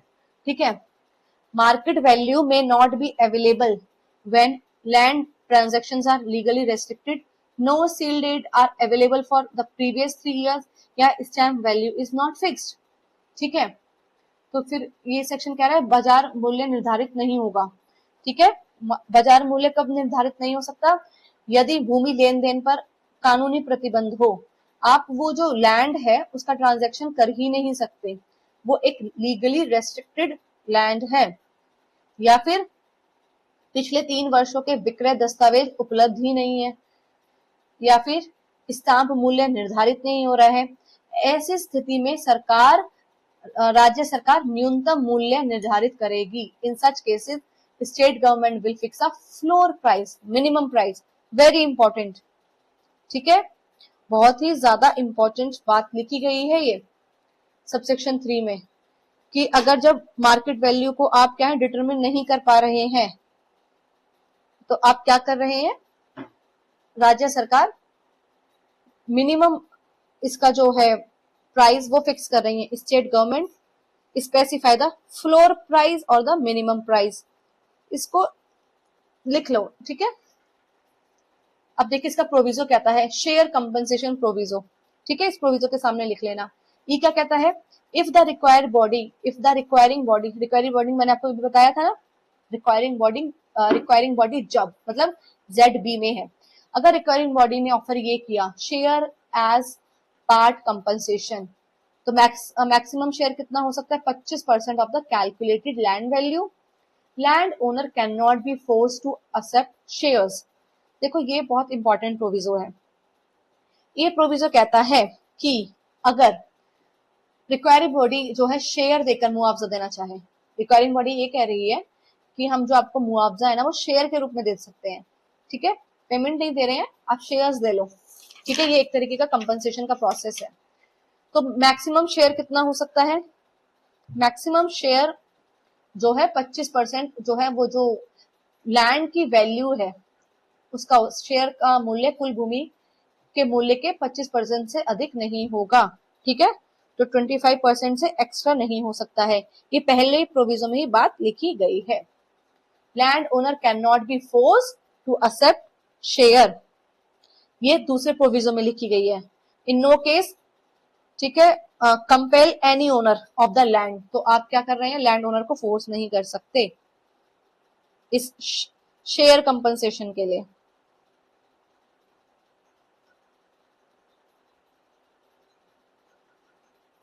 ठीक है, MCQ सॉल्व करते हैं। Market value is determine on the basis of, आप कैसे मार्केट वैल्यू को डिटरमाइन कर रहे हैं? बाजार मूल्य किस आधार पर निर्धारित किया जा सकता है? लोएस्ट वैल्यू, एवरेज वैल्यू या highest of the prescribed value? इसका आंसर है सी, निर्धारित मूल्यों में से सबसे सर्वाधिक कौन सी है? एवरेज सेल प्राइस को हम कैलकुलेट करते हैं, जो औसत विक्रय मूल्य होता है उसको कितने वर्षों के लेन देन के आधार पर निकाला जाता है। एवरेज सेल प्राइस को हम कैसे कैलकुलेट करते हैं? तो हम देखते हैं पिछले जो 3 साल है उनको कितना परसेंटेज जो है हाईएस्ट सेल डीड का कंसीडर किया जाता है, सबसे अधिक मूल्य वाले कितने प्रतिशत विक्रय दस्तावेज गणना में लिए जाते हैं? तो 50% ऑफ हाईएस्ट सेल डीड जो होती है जो सबसे ज्यादा हाईएस्ट सेल डेट हुई है, ठीक है, उनका 50%, सबसे अधिक मूल्य वाले 50% विक्रय दस्तावेज गणना में लिए जाते हैं। मैक्सिमम शेयर कंपनसेशन कितना दे सकते हो आप? 25%। तो देखिए सेक्शन 24 रिलेटेड था 1894 वाले ओल्ड एक्ट से रिलेटेड, सेक्शन 25 ने बोला अवार्ड जो है आप 12 महीने के अंदर अंदर पारित कर देना कलेक्टर साहब। सेक्शन 26 में बताया गया आप मार्केट वैल्यू लैंड की कैसे डिटरमाइन करेंगे, ठीक है। तो 24 है ओल्ड केस, 25 में टाइम लिमिट और 26 में मार्केट वैल्यू कैलकुलेशन। अब हम सेक्शन 27 को नेक्स्ट वीडियो में कवर करेंगे।